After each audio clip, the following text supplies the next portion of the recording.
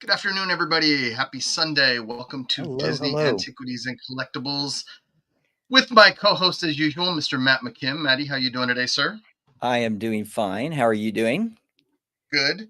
I'm Good, excited good. because, fall weather, it's finally changing. It's cooled down a little bit. It's not Yes, like it the is. East Coast where they get the changing of the leaves or anything like that, but Not it's quite still yet. exciting. Yeah, we're still close to 80 here in Los Angeles. So Okay, so it's still yeah. okay. See, I'm getting chills. I'm getting, 65, 70 degrees, There you but go. um our guest today, guys, most of you, I think everybody I know has a Christopher Radko ornament. And I'm excited to get to talk to him. You probably have Radko ornaments at home as well, right? Oh yes. Oh yes. Yeah. Oh yes. Yeah. Absolutely. See everybody. And it's funny because when you see his ornaments, it just takes you back to your grandparents and your great grandparents. So Yeah. emotional Yeah. ties. Yeah, it is. It's it's very Norman Rockwell-esque. There you go. That's what it makes me think of. But anyways, all right, everybody. Well, Let's without bring him further on. ado, let's welcome Mr. Christopher Radko. Hello, Christopher, Christopher. Hey, hello, how you Vince. doing Hello, today? Matt. Hey, great to How see are you you doing guys. today? Great to see you Good to too. see you I too. I am just Um, pleased as I can be. It's autumn here in New York. All the leaf peepers are out checking out the oaks and maples turning colors, and everyone's got hot apple cider and pumpkin donuts being served. So it's a good time of year. I love it. The brisk chill it, yeah, Yes. and yeah. of Nice course for change. Yeah, yeah, big time, big yeah. time, big time. Yeah, You grew up in New York. You're I in am. New York now, but you grew up in New York. Sure. That's a lot of how it came to be for you, right? I mean, that's who you are as far as your past and the I'm a start native New of everything. Yorker. Absolutely, I'm a native New Yorker. I was born in the Bronx. Oh, My Oh, parents okay. my parents were immigrants from Europe. My mom was born in France. My dad in Poland. But I was born right in New York City and lived here pretty much all my life. I really hadn't been outside of the tri-state area till I was in my early 20s. Oh, And I got to tell you, the first time, and when I started my previous business, the first incarnation of my ornament business back in 1985, I flew out to LA for the first time, huh. to see a customer in Los Angeles. And I couldn't believe the palm trees, everyone running around in shorts in December, And, I was like peeling off all my sweaters and caps and hoodies, just to kind of, because it was so hot. It must have been 80 degrees in Yeah. December. It's like, how does that happen? So I loved it. I loved every minute of it. So I kind yeah, of, winter is great around Christmas, maybe first couple weeks of January. But then, who wants to shovel snow? Who wants to deal with slush? I mean, so I envy all the folks that don't have to do that. Well, you know what we say in Los Angeles, What's that that? snow is for entertainment purposes only. You go have fun and then you come home. Don't try this at home, kids. Don't try this at home. Exactly. Yeah. you started out. So you're 16 years old. You Right. graduate from high school early, I did. Yeah. and Yeah. you go on to college. What started? What started the whole thing as far as the career? What the ornament whole thing? How did Right. it all Absolutely. begin? I mean, it's not something you would predict. Yeah, I didn't take any classes in high school to make Christmas ornaments. Both my parents were doctors, so they fully expected me to become a doctor too. yeah, In fact, to the point that I went to Columbia, and he told me on the eve of the first day as a freshman, he said, son, I'm paying for college. You don't have to worry about the tuition. I said, I know, that's really great, but you have to enroll as a pre-med student. So that was really, really hard on me. Wow. Taking And all what was your major? you know what? I mean, if you're a pre-med, it's supposed to be like biology or science or something Okay. like that. yeah. But after a year of not doing so great as a pre-med, my faculty advisor convinced my dad that maybe I should become pre-law. And and Okay. and so by virtue of that, I got to become an English major because as long as your English is English. good, you can chances are you'll get into law school. Yeah. And I did get into law school, Columbia Law School, but I never, decided that that was my path. Really, I wanted to be an actor, of all things. But, like so many people have that dream in New York, and over 95% of all people who say they're actors really are waiting tables or driving cabs. There's not enough work. Yes. So I got hired by a talent agency, International Creative Management. Oh, okay. And it was it's still out there, kind of like Oh, William yeah. Morris or CAA. And I was in the mailroom, and I thought I'd become an agent. Fool that I was, because agents are sharks. Most of them are, right? Yeah. And and their clients don't like them. I mean, I'd be in the mailroom, I'd listen to all the actors and writers. I hate my agent. All they ever do is take my 15%. So whatever. But I realized that I didn't want to be an agent until one day, one fateful day. I was in my mid-20s, and it was always my job to bring home the Christmas tree because I was tall, right? And so I had to bring home a really, really big tree. And so finally I got this 12-foot tree, and I dragged it into the living room. I didn't want to clean out the old cast iron tree stand, so I bought a shiny red and green aluminum one, guaranteed to hold a huge tree. And it takes about 4 days to decorate a big tree like that. Sure. We decorated it. It looked great. And then on the 5th day, I happened to be in the living room vacuuming the needles, and I heard like a snap and a pop, and I didn't know what it was because the vacuum was on. And then right behind me, behind my back, I heard the crash. And the tree had toppled over, shattering hundreds of old glass ornaments, some dating to the time of when my grandmother was a little girl. And my grandmother was born in 1900, see, and this was in the 80s, so she was still alive. She came into the living room, she heard the crash, and she said, "Oh, Christopher, what have you done? You've ruined Christmas forever now." It's like a knife to my heart, Sure. Because for my grandmother, there was a story behind every single ornament. Oh. She would recite. It was like a family diary. Say, now this is when I was 5 years old, and this is when your mom was born in 1927, and this is when you were born. She like each ornament had a story or a memory attached to it. Yeah. And all those memories, got shattered. And so I wanted to make amends. I wanted to find a way to replace our family's collection. But in the mid 1980s, you couldn't find beautiful glass ornaments. That had that whole tradition had fallen by the wayside as people started importing plastic things from like Taiwan or Hong Kong, And so I didn't know what to do that year, but my name was Mud, basically, in the family. So the following year, I was visiting some family in Europe, and one of my cousins said, "Oh, we got a letter from your grandmother about how you ruined Christmas forever." No. Oh my God! But she said, we still have glass ornaments in Europe. If you want, I'll send you a care package in November. I said, "That's really great, but it's only Easter time right now. It's April. But can I take home this care package now? Because I don't want to have this guilt over me for 8 more months." So, she introduced me to a glass blower, a friend of hers. He made test tubes and beakers and distillation equipment for moonshine, for vodka. And so he's a very good glass blower, and hide most of the time from the vodka, but. He made me these ornaments. I did some sketches and drawings of ornaments I had as a kid, and he made them for me and painted them. Wow. And it turned out to supplement his own income, he made Christmas ornaments in November for the local town. So it was easy for him to do this. And when I brought them home to New York and I showed them to friends in the mailroom and to agents at ICM, they said, "Where'd you get these glass ornaments? Who's making glass ornaments?" And I sold a lot of them at lunchtime, the whole bunch. And so really I have ICM to thank for my career as an ornament guy, not as an agent, because it kind of inspired me to send a cable. I sent a cable, back to Europe saying, "Hey, send me some more, do them in 3 different sizes, do them in different colors." And then I got a whole bunch of samples. And then each day, in like October and November, I went to local stores in Midtown Manhattan taking orders.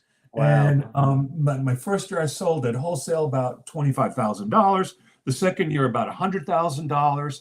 Just, Wow. just selling locally to gift stores and florists and interior decorator shops and stores like Henry Bendel and Bergdorf's and Bonwood Tellers, all those stores that existed in Midtown.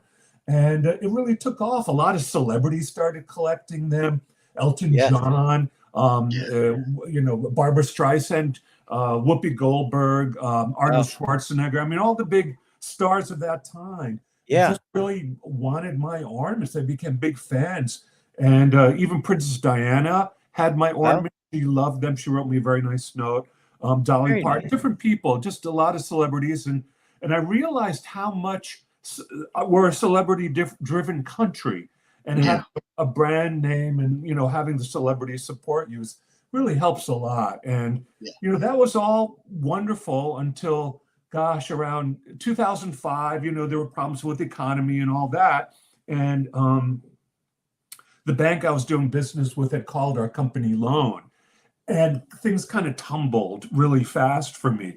And, kind of unexpectedly. So I was in a situation where I decided, initially I thought, well, maybe I'll take on a partner, right? And I couldn't find one. So eventually I sold my company to an investment group. And I stayed on with them for a couple of years. Things did not work out at all.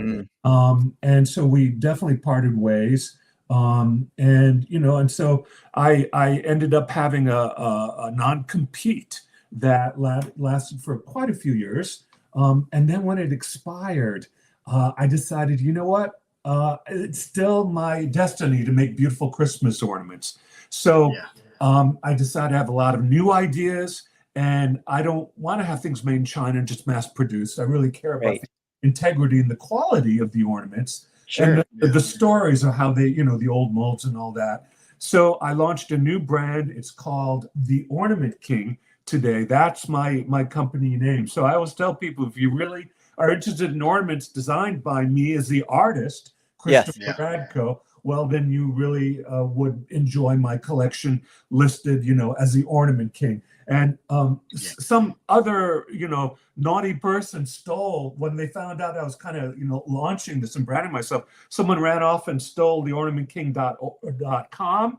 So now I have to hire a lawyer to get it back. But in the meanwhile, I know it sucks. People are nasty, it's kind of dog eat dog. And but anyway, I have ornamentking.org.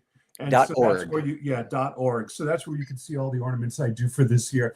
Interesting thing though, I have new ornaments every year. So this year is the 2024 collection. Next year will be 2025, and so on and so forth. So I always create new designs. That's fun. That's what kind of keeps my interest in it. But you also do other holidays too. So, I have, yes, to some degree. I've done Halloween, some spring themes, but really the bread and butter is Christmas. That's what I've discovered. Then people will buy my ornaments year round. They buy them as gifts, housewarming gifts, anniversary gifts, baby shower and bridal shower gifts. You could give someone a toaster or a blender, but they're never going to remember you, right? And or you could, if you go to someone's house and you give them a bottle of wine, they're just going to have a hangover the next day, right? But if you give them an ornament, I promise you, and especially one of my Ornament King ornaments, they will remember you. They'll invite you back the next year. They'll remember you every year when they hang it on the Christmas tree. Sure, absolutely, absolutely. Yeah. We were talking. Everybody has a Christopher Radko ornament. But now it's Ornament King ornament. Ornament King. Right. Yeah. So now it's Ornament King. Yeah. Now, we're gonna update it and just Ornament King. There's like history gone with the brand. My new brand, the one that I design and work at, is the Ornament King. I want everyone to have Ornament King ornaments. Ornament King ornament. Yeah, I'm the artist, Christopher Radko. But you see my picture on the tag and all that, but the correct name of the brand is the Ornament King. Ornament King. Yeah. Where do you get a lot of your inspiration? Where when you're creating Scotch on the rocks. Everybody hear that? He likes some Scotch on the rocks for Christmas. Not just ornaments. Well, I was a doers man many years ago. the Doers company, they had a long-standing campaign where they would feature a celebrity, and then they would have your picture, and then you'd be like the best, the last book you read, or your favorite movie, or your favorite memory of childhood. And it was like 40 years long, and I was the 100th person they picked. Oh. And the campaign did so well, I became the 101 person. So they grabbed me again the next year. And then I designed the packaging for them. I put all my ornaments on the packaging. So they really saw an uptick for the holidays and sales. So that's fun. Yeah, Scotch. But I'm not, allergic to bourbon or anything like that, But, I mean, where does creativity come from when you write a song or compose or write a poem? I think it comes from your heart and your soul.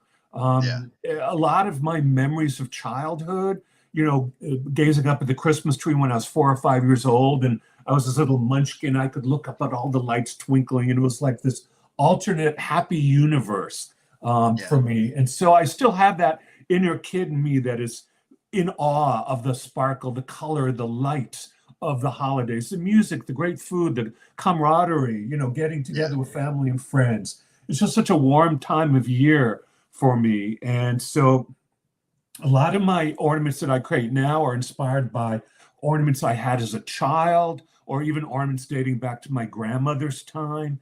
Also, different factories or different workshops have different styles. Like, for instance, the ornaments I have made in Germany are made in antique German molds from the 1880s and 1890s. And those are very precious. Those molds are ceramic. They're very delicate. You have to take care of them. But a lot of my ornaments are blown in those antique molds. Now, the Italian ornaments are totally different. They are free blown. So the arms are free blown and attached, the legs. So they're kind of put together as one piece of glass, but it's all free blown. The Czech decorations from the Czech Republic are beaded. So you have beaded stars, beaded garlands, things like that. Because the Czech tradition of making ornaments is a spin-off of making jewelry. And so they used blown glass beads to make jewelry, and then they started making quote-unquote jewelry for the Christmas tree in the form of, beaded stars and wired decorations. And then in Poland, I have a lot of molds that they will make specially for me. So I might give them a sketch or drawing or design, and then they will, make the mold and the carving and everything. So they make new molds for me. So each country has something to offer, but it's all Europe. And what's also very interesting is that it's mostly women involved. Exactly. They have the patience. So like the guys are the glass blowers, because you're sitting in front of a hot flame and you have to blow the glass, so you need very strong lungs. So the guys do that, but the moment they do that, the rest of the work is all done by women. The silvering inside, each ornament is lined with sterling silver that makes it shiny and reflective, and then all the layers of paint and glitter, and down to the little eyelashes. I have an eyelash lady. All she does is paint eyelashes on the angels and the Santas. I send her vitamins each month to keep her going, of course. That's important, And then another lady that puts blush on Santa's cheeks. So it's a lot of hand work. That's why each ornament takes up to 7 days to make. And they're not by machines or computers. Everything is like handmade the way they made them back in the 1880s and 1890s. And, in this day and age, to have anything handmade in Europe is, it's a big thing. Yeah, it's a big deal, but people like that. They like the integrity of the story. They know that my ornaments are designed by me and made in Europe. That means a lot to them. Sure. Yeah. So your first ornament, and you mentioned there were like 3 that you gave to the beaker and test tube fellow in Poland.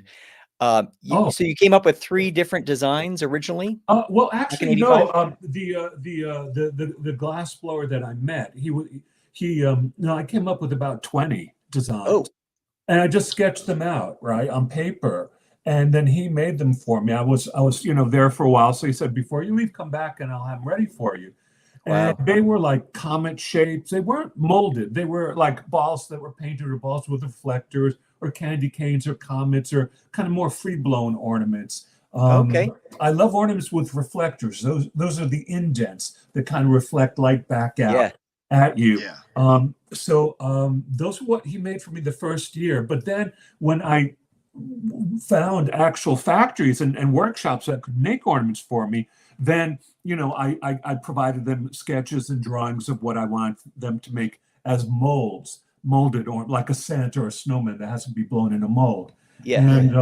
And I know you have a big interest in Disney, of course. And that was a wonderful relationship for me. I started many years ago with a license to do Mickey and Co. And Mickey and Co. were the pie-eyed original characters, right? So Mickey and Minnie and there were like 5, Clarabelle the cow and the dog, Goofy? all of it. Donald? Yeah, Goofy, right. So and Horace Horsecollar, I believe. Yes. Right. Yeah. So that was the Mickey and Co. And it did so well for them that they said, well, we got a movie anniversary, Peter Pan or whatever. Will you do a boxed series? Or Snow White has an anniversary. Will you do a boxed series? So I did. And then they said, well, gosh, these are all doing so well. We don't ask anyone normally to do this, but will you consider opening a store in Disneyland? And they only asked me, and I was one of 2 stores in the entire park that were private and owned by outsiders. And the other one was an antique estate jewelry company, right? Because Disney, couldn't deal with antiques and stuff. So they jobbed that out. But with the ornaments, because of me, they gave me a store in New Orleans Square. It was called L'Ornament Magique. And it was gangbusters. It was right by Club 33. And it was incredible. I mean, I just pumped out so many Disney ornaments, like 250, 300 ornaments throughout designs. And, by then they knew that I was doing things character correct. So they didn't pull the reins too hard. It was very easy to get things approved because I knew what the right way to do it was. And I wanted things to be character correct. And it was great. It was a great relationship. And, sadly, when I left, my former company, the Disney organization closed the doors to that. But they are very interested in working with me again. So I'm psyched about that. Yeah. So stay tuned because I think you're going to see some very special Disney ornaments coming out by me. I think you're going to be very pleased by them. Oh, good deal. Really? Good deal. See, we were talking about that. We were wondering if you have, now that you're back again, if there's a possibility that you could open a store either at Disney World, Disneyland, or Euro Disney even. Right, I know. Euro Disney is incredible too. That whole Jules Verne theme that I love so much is in the French version. No, I don't think it'll be a store at this moment, but because I'm only in the 3rd year of being back. And so, but I may do, individual ornaments for them that they will put, wherever they deem appropriate, in an existing store or on an online catalog, or they have those, what do they call them? Like D25, the Disney conventions? Yeah, D23. D23, right. So Disneyana, I guess they used to call it Disneyana and now they call it D23. Yeah. So whatever, but I mean, so I might be there. I might do a special for that event, so we'll see. I mean, the sky's the limit and they're really kind of, anniversary driven. So, it's like, this is the hot anniversary. So this is what we want you to do. So I'm excited about that. I'm a kid, so I love Disney. And, I was very lucky when I had my store there because I would do signing events there too. And I worked with, gosh, I think, didn't you interview her? Someone did. Was it Martha Blanding? Martha Blanding. Yes. The wonderful and famous Martha Blanding. Yes. She was like the account manager. And we would have lines from L'Ornament Magique to the gate of Disneyland. That's how long the lines were. Wow. They were all day lines. And I used to bring my dog with me. She's like a pet therapy dog. So she would greet everyone online. And, then I had an assistant that would pass out bottles of water because it was very hot and, just kind of keep them happy. And then they'd come in and get their special, event ornaments. It was just so much fun to the point that they actually said, hey, Christopher, we want you to design all of Main Street for Christmas. Like, we want you to do that. Huh. And I came this close to doing it, but then, the company kind of fell apart for me. So that never came to be, but it's like a what if? What could it have been? And you never know, that might happen again. So because I love doing public spaces. I've many years ago I designed two greenhouses at Rockefeller Center. And so that was really fun. I've done large public projects as well. I've done Kennedy Center in Washington, both huge trees inside, but also wrapping the outside of the entire building in a 10-foot red ribbon that you could see from the sky. Wow. Airplanes were, and a big bow at the front. So it looked like a gift box. So I know that more and more companies will be calling on me in the future to do, celebrities will do their homes, of course. Like in the past, I've done, Whoopi Goldberg and Robert De Niro, different celebrities I've had a chance to decorate their homes. So that will be another aspect of what I do, as well as selling the actual ornaments myself. So I love what I do. I mean, I'm, 64, but I'm going to be doing this for the next 30 years because, there is no age limit to Santa Claus or Santa's helpers, right? You just keep, keep having faith and doing what you love and spreading all the glitter. Yeah. So you also did like cookie jars and other things too. Are you going to continue to do that also, or you're right. That was a whole segment of my company, snow globes, cookie jars, dinnerware, all of that. It was sort of a golden moment where I was able to import, and those items I did import from China because, like the name says, they know a lot about ceramics, right? China came from China, right? So they're really, that's their expertise. And so I had these gorgeous cookie jars and snow globes and dinnerware made there. A lot of things, lights, artificial Christmas trees. I had a blast with that. It was a time where you could import from China and they didn't have huge minimums. But times are different now. Like that was maybe 20 years ago. Now to even talk to anyone in a factory, it's like, well, are you ordering 10,000 pieces or 50,000 pieces? It's like, well, no, this is a artisan limited edition. I want 300. And they say, no way, if it's not 5,000 or 10,000, they're not interested. So that makes it really hard to create, special pieces like that. We'll see. I mean, you never know what will unfold in the years to come. I would love to do some beautiful cookie jars. I love cookies, so why not? But we'll see. We'll see. I mean, I none of my products are mass produced. See, that's the thing. All mine are made in small quantities and they're artisan made. And that's why I don't. That's probably why I don't work with China. So I don't have anything against the country, but they want to make things mass produced. Right. Yeah. And that's not where my heart is. Someone else can go do that if they want. Some other company have all their stuff made in China, but then you throw it away. It's disposable, right? Because you bought it in Walmart, and you throw it away with the Christmas tree. Like, who needs it, right? And the paint's sloppy and all that. So there's no real quality. And but my ornaments are lovingly made. The artisans really know what they're doing. Yes. Yeah, they're passed down from generation to generation. They really can be. Did your grandma get to see the apex? Did she get to see everything? Did she rescind that statement? She did. She did. She forgave me. It was about, I was maybe 7 years into my business, and what I would do is I would bring home to my mom's house one full box, which had 6 ornaments in the box. I brought home one box of every single design I made. So the first year I had 65 designs. Maybe the second year I had maybe 125. The third year maybe 200. The fourth year maybe 300. I mean, I eventually started creating over 1,000 designs each year. So I got to tell you, that basement filled up fast. So my grandmother said, okay, I take it back. You've really made up. She definitely forgave me. Yes. That's great. She did. There's a happy ending to that. It was. Yeah. I'm grateful that she lived to see my success, and my parents actually, they thought I was crazy, like glass ornaments. Who wants glass ornaments? And I showed them, Yeah. and it was really great. I mean, it wasn't, they just didn't think in those terms. Like Sure. to my parents, you're supposed to have a diploma on the wall and a real job and 9 to 5 and all of that.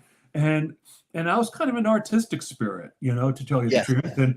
And so, whether it's acting or, creating ornaments, it's an expression of my heart and my art. And so I get to do that now for the rest of my life. And, I love that. I'm lucky. That's not to say that things are easy, because they're not. Sure. Having a business is not easy. There are always people trying to throw stuff in your way to kind of cause you to trip up. There are definitely companies and people out there who don't wish me well and don't want me to be in business because they see me as competition, which is kind of foolish, I think, because, each year there are over 50 million Christmas trees put up. 50 million. Yeah. So if I make altogether 10,000 ornaments, what kind of drop in the bucket is that? It's not competition. There's plenty of Christmas trees for everyone. Exactly. But, unfortunately, some, myopic companies don't see it that way. But, be that as it may, whatever. I just keep chugging along and doing what I love to do. And I just did an event last week in California. I was at Rogers Gardens. So store. Love that store in Newport Beach. And we had a great turnout, and I was busy meeting and greeting and having pictures and talking about the ornaments and educating people about my new brand, the Ornament King. Not everyone knows yet. It's like, I don't get it. What? You sold your, but what? It's like, well, I sold that company. That's not my company. They do their thing. That was many years ago. I had a non-compete. The non-compete expired.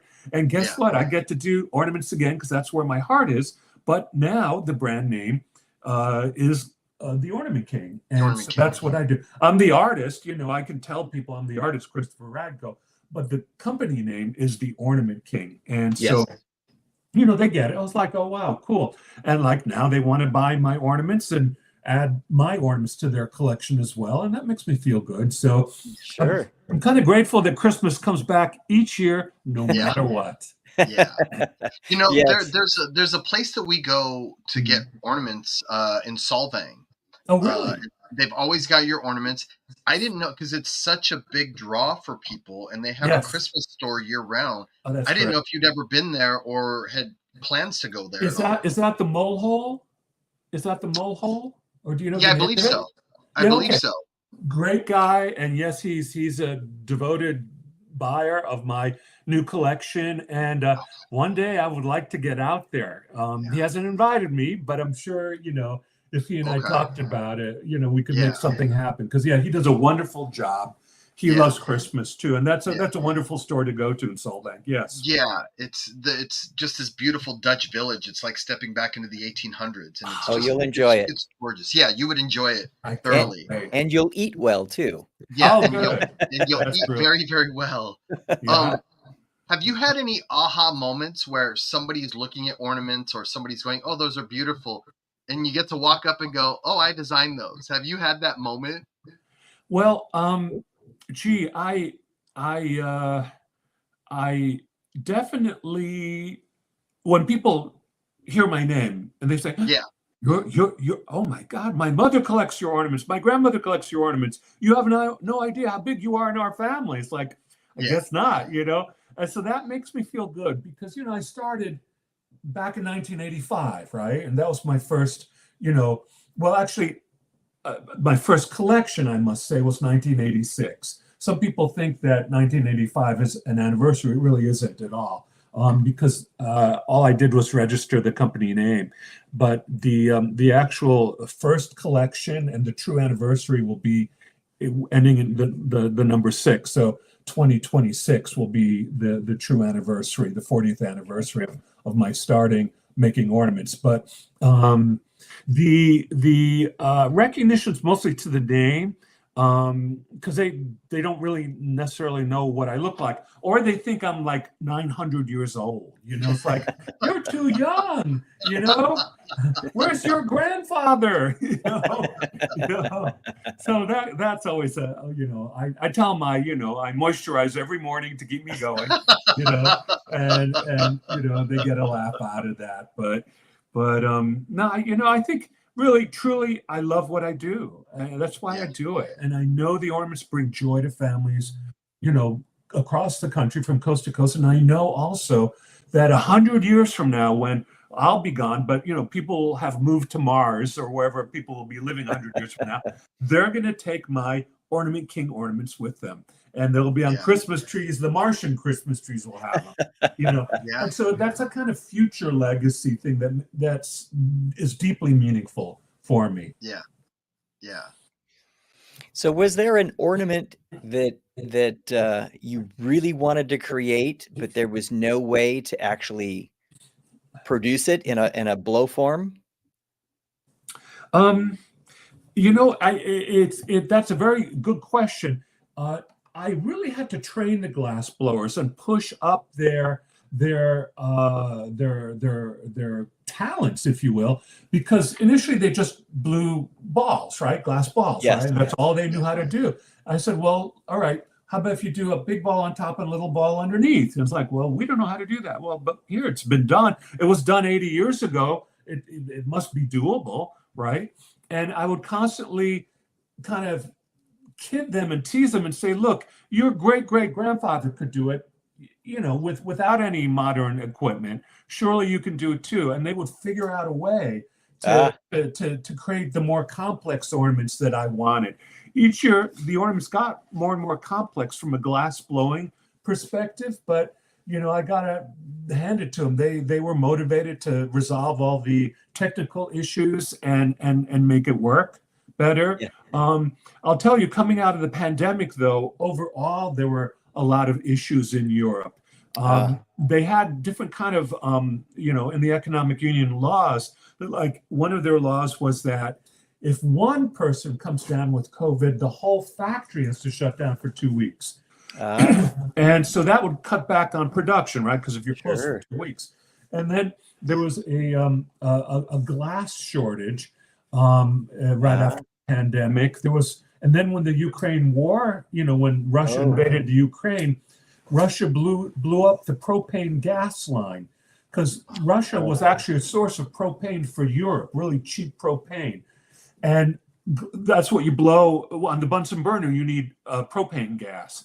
And so the factories had to scramble and buy it from Finland or Norway or Sweden. And it was very expensive and very hard to bring down to the mainland.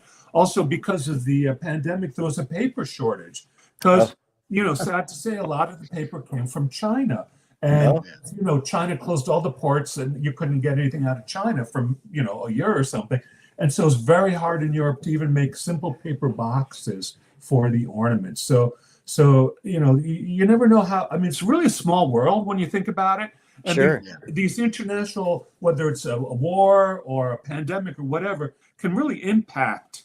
Everyone thinks that like, oh, my life is great. I just hang out with Santa at the North Pole and I sip cider all year long, but that's not the case. A lot of times I'm like biting my nails, like, when's that container coming in? It's late. Like just recently we had the dock strike, the dock workers strike. Oh, right. And up and down the East Coast. Now it was very short. It was only like 3 days. But that 3 days automatically caused a 2-week delay in everything. And so now something that would have come in October 1st won't come until the 15th or whatever. So, when you're getting close to the wire and Christmas is coming, all these targets have to be hit, like clockwork. Yes, absolutely. Do you foresee stores opening with your ornaments in the future? You mean my own ornament cake? Probably not. In many years ago, when I had my previous company, I had 3 stores under that brand. And it was great because I could test various new designs and colors and see what worked well. But the honest truth was that the stores were only truly busy and earned their keep in the fourth quarter. But I had to pay the lease rent for, January through August. I had to pay employees. Got to be very expensive. So, Sure. So I mean, I'm happy when stores carry my collection. That's great because they're already selling other things year round. But as far as my having my own store, most likely not. There's also more and more people are buying online. So I'm of course going to be expanding that way, selling more online. And in fact, now that I'm in my 60s, I want to have more of a work-life balance. There's a great saying, from my friend Dolly Parton, who I did an ornament of, by the way, this year. Dolly Delivers. It's a benefit ornament. You can get it on my website, ornamentking.org, but it benefits her imagination library, which is about donating books to kids. But she has a great saying. She says, now, don't be so busy making a living that you forget to make yourself alive. Yeah. And that's so true. Don't just be worried about making a living that you forget to actually live. Yes. And to have that, be with friends, at 5, close the books, go outside, take a walk, play with your kids, play with your dog, hang out with friends or whatever. Remember that life is today. And, you don't want to be 80 years old and, I worked really hard and I didn't have much of a life because I was in the office the whole time. Right, so, right. They didn't teach you that in school, though. That's for sure, right? No. But you need that. You need that for your psyche, for your spirit, for your heart, to have that balance in your life. I'm not saying be a lazy bum, obviously, but you got to work. You got to pay rent or whatever, car payments and all that. You got to do all that, but find the balance. Find the balance. Sure. Be with your loved ones. Be with your friends. Take up a hobby. Gardening, painting, drawing, sculpting, cooking, whatever. Just find that balance. Savor the moment, because I got to tell you, life goes by so fast. No matter, even if we all live to be 100 years old, by the time you're in your 80s and 90s, it's like, man, how did this happen? How did I reach this age already? It goes by so fast. So don't put off to tomorrow what the joy that you can experience today. Make it happen now. So that you have no regrets. When St. Peter knocks on the door and comes calling, you'll say, okay, Pete, I'm ready. I had a great life. That's important. That's really, really important. Work-life balance is important. Yeah. My grandfather brought over saying that he said his grandfather taught him when he was older. And he used to say, don't look so far into the future that you miss all the days in front of you. Yeah. Because we're looking forward to Halloween. We're looking forward to Thanksgiving. But there's all these days in between that you don't want to miss, that you want to savor with everybody. They're just as important. And the older we get, the more we realize, like you said, time's flying by fast. Yeah, it's so fleeting. It's so fleeting. And, you never know. I mean, someone might get sick or whatever, or have an accident, and then all of a sudden your life is hurt or handicapped or whatever, or taken from you. So it's like, we work, but don't let that stop you from living. Live. Yeah.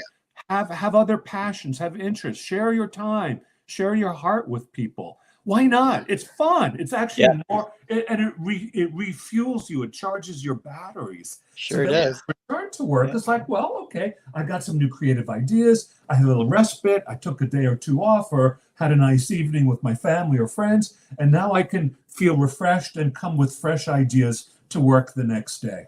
Yeah. Yes.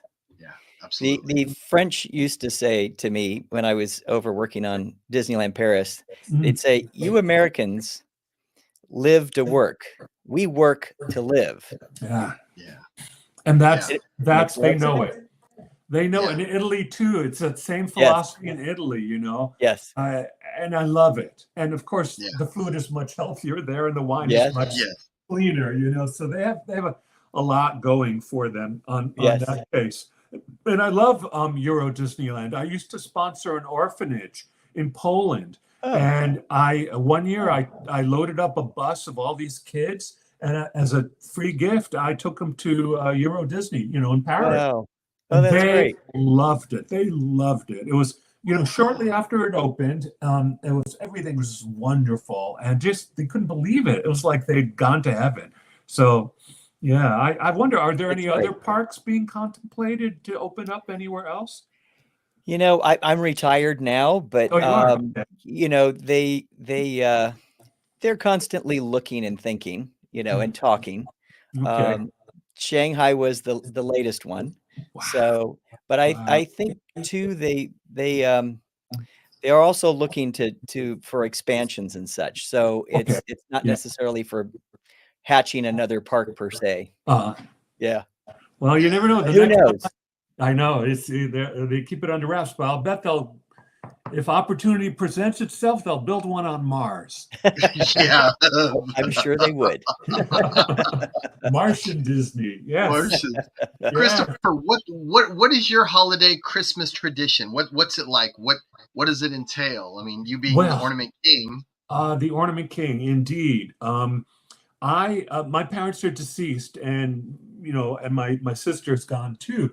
So I spend it usually locally with friends. I get together with high school friends, college friends, friends in the community. I also keep the Polish traditions alive. So like on Christmas Eve, we have all the fish. I think the Italian families do that too, all the fish prepared in special ways. I love choir, so I love all the Christmas concerts, attending them and being part of them if I can. I love Christmas music of all kinds. One of my dreams is to have my own Christmas radio station on Sirius Radio. Oh, really? And then for like the whole month of Christmas, just DJing all the, because it's not just going to be rocking around the Christmas tree. I mean, we've all heard that. And it definitely will not be, I saw grandma ran over by a reindeer. So, definitely not that. But, there's so much great Christmas music from many countries. There's German, there's Italian, there's French, there's Old English Christmas music. There's great songs from Spain and South America. Sure. So, I love to talk about that and share Christmas music from all over the world, and just kind of ease into the season without just the kind of the Muzak stuff that you hear in department stores. So that's kind of I love Christmas music. I really, really do. So what else? I'm being in wholesale though. I hit the ground running the first week of January. I'm already doing trade shows. So my Christmas, admittedly, is a little cut short. Because the first couple of weeks of December, I'm traveling across the country doing promotions and in-store events, and so I'm doing the whole PR side of it, and then I'm like home for 1 week at Christmas time, and between Christmas and New Year's, and then it's a whole new year, and I have to have the new collection out, and the buyers are lining up to see what I have new, at the big trade shows in Dallas and Atlanta and Las Vegas. So it's interesting. I have to kind of wear multiple hats at the same time. Sure. Yeah. And with your production schedule, go ahead. Sorry. Yeah. Go ahead. No, go ahead, Maddie. Go ahead. Well, I was just going to say, with your production schedule, I mean, it's you're in Christmas year round for the most part. So it's not like you shut it off and turn it on. I don't. I during my non-compete, I was able to shut it off, but I'll tell you, the ideas just pop into my head nonstop. I'm almost done with next year, Christmas 2025, and I'm beginning to start thinking about 2026. There you go. So, it's almost like a year in advance for me each year. Sure. And I just, whatever comes to me, the inspiration. People say, well, what are the colors that you're using? It's like, I don't know. I just use whatever feels right, and, so I'm not like into identifying trends or anything like that. I certainly don't follow what anyone else does. I have actually no interest in what any other companies do. I just kind of listen to my own, heart, and, maybe people follow me and copy what I do, but, that has happened. Like I heard something like, what's her name? Ivana Trump want to have a Christmas ornament line or something like what? It's kind of a mystery. Yeah, I don't know. It's like someone told me that. It's like, really? Oh, okay. But anyway, so I mean, maybe a lot of people think they can do it, but I think you really have to be passionate about Christmas. You have to love the giving of it, because you're giving art to others, to cherish and create their own memories. That's very intimate. It's really, if you think, it's a very intimate gift because they take it to their heart and they put it on their Christmas tree, and their Christmas tree is the centerpiece of their holiday home celebration. So everyone's going to be gathered around that tree with the ornaments I designed, and they're going to remember it. And the kids, when they grow up, oh, we've had this ever since we were 4 years old, you know, and now I have them on my tree, and they show it to their children, you know. So it's a memory of a moment. Yeah, that's important. That's kind of my MO. That's kind of my reason for what I do, for sure. Yeah. Can your ornaments for everybody that's going to listen and download our podcast, can your ornaments be shipped all over the world? Can you ship them as a gift? They can, absolutely. Yeah, we primarily ship domestically. We do accept orders from all over the world, but they need to get the shipping costs from our customer service. So if someone is buying from England or wherever, they need to contact my customer service email, and then we quote them a price for shipping the ornament to them. Because, shipping, it can't go by sea, obviously, it has to go by air. And these days, everything by air is very expensive. So if they are okay with the shipping cost, we try and get them the best one, obviously. And if they give us a green light, then we can ship them. We ship to Canada and wherever. We have customers all over the world, but primarily in this country right now. That might grow, I think, as my new company gains in popularity and interest. I think it may grow. But mostly focused on shipping stateside.